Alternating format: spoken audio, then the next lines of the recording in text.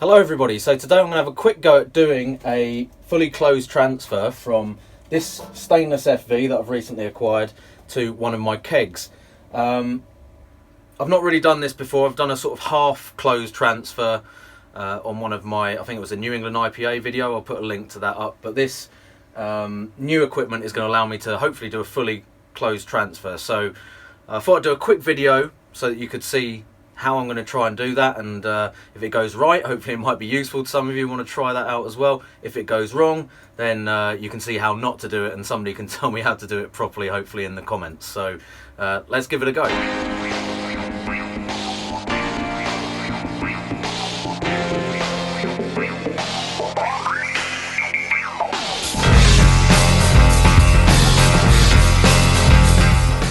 Right, so what's a closed transfer? I suppose first of all, for those of you who may not have heard that term, basically it's where we want to transfer beer from one vessel to another, in this case the fermentation vessel to the keg or dispense vessel, and we want to do that in a closed system without introducing any additional air and primarily oxygen into the process. So the reason for that is to avoid any staling of the beer and other reactions that can come from that oxygen coming into contact with the beer. So in the FV I've got a lager, and one of the reasons I wanted to try out doing a closed transfer with this is because ideally I want to be aging this for quite a while.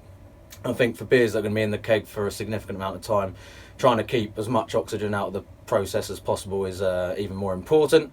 Same goes for things like New England IPAs or really hoppy beers where you want to maintain that freshness and so on. So yeah, having the new FV is going to allow me to kind of try this process out properly, where previously when I've been using the plastic boxes it's not been so easy to do that. You might be wondering why there's a pink balloon coming off of here. So the foil balloon I basically attached where you would normally have an airlock to collect CO2 during the second half of the fermentation, so that when it was chilled, so crash cooled and so on, the CO2 would be drawn back into the vessel as opposed to air and again oxygen, and also drawing back in liquid from the airlock or the blow-off tube if that was what you were using. So that avoids that problem, and hopefully, in theory, the fermentation will have driven all the oxygen out through the top initially, and we should have mainly just CO2 in the FV now as well.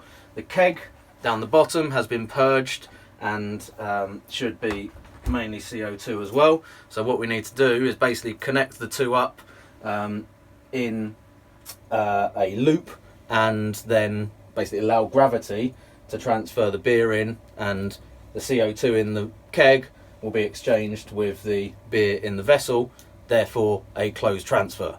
In theory. Let's see how it goes. Okay, so I've had to rig up a couple of connectors to make this possible. We've got a gas disconnect and a bit of plastic line coming off of that, and then a product out disconnect with so this is the one that I usually use as a jumper between kegs or for the bottling, doing plastic bottles.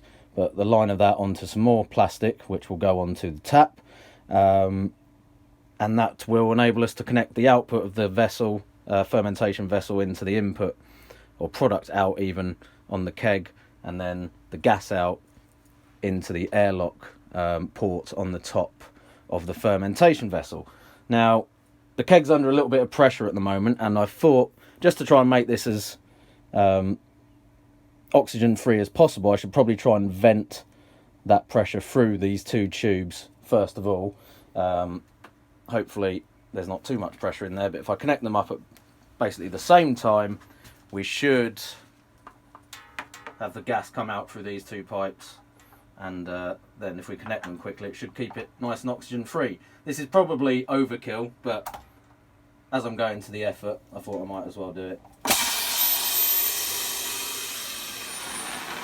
So a little bit of star sand still coming out there, but that's vented both of those. So I'm going to quickly now take the product, make sure we get this the right way around, the product out connection to the tap, and then this connection will go up to where the airlock port is.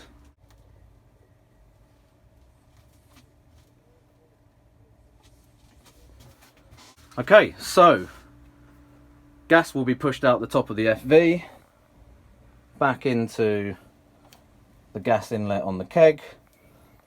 Beer will flow out of the FV through the tap, down the product outline into the bottom of the keg, and pushing the rest of the CO2 out the top, which should be a closed transfer. Let's see what happens. Hopefully I've got the right quantity of beer in this for the size of the keg. It's looking nice and clear. So this this keg has got a rotatable dip tube on it. At the moment it's basically set as low as it can be. I did release a little bit of the sediment out through the bottom drain tap on here before I started, and that seems to have helped to clear that up quite nicely. So just going to leave it to do its thing. Okay, so we started to get a couple of bubbles, and then as you can see it was pulling through a bit of the sediment. So at that point I've switched the tap off, which has stopped the transfer going through.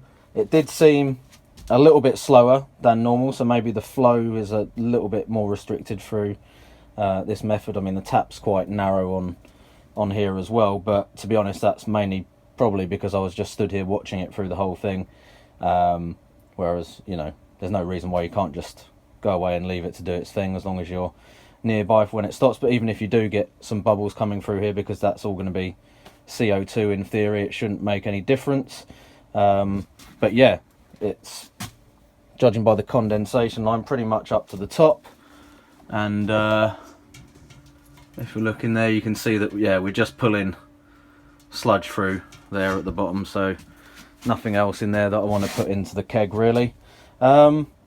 Yeah, so that all went pretty well. Okay, so that all seemed to go pretty much as I expected.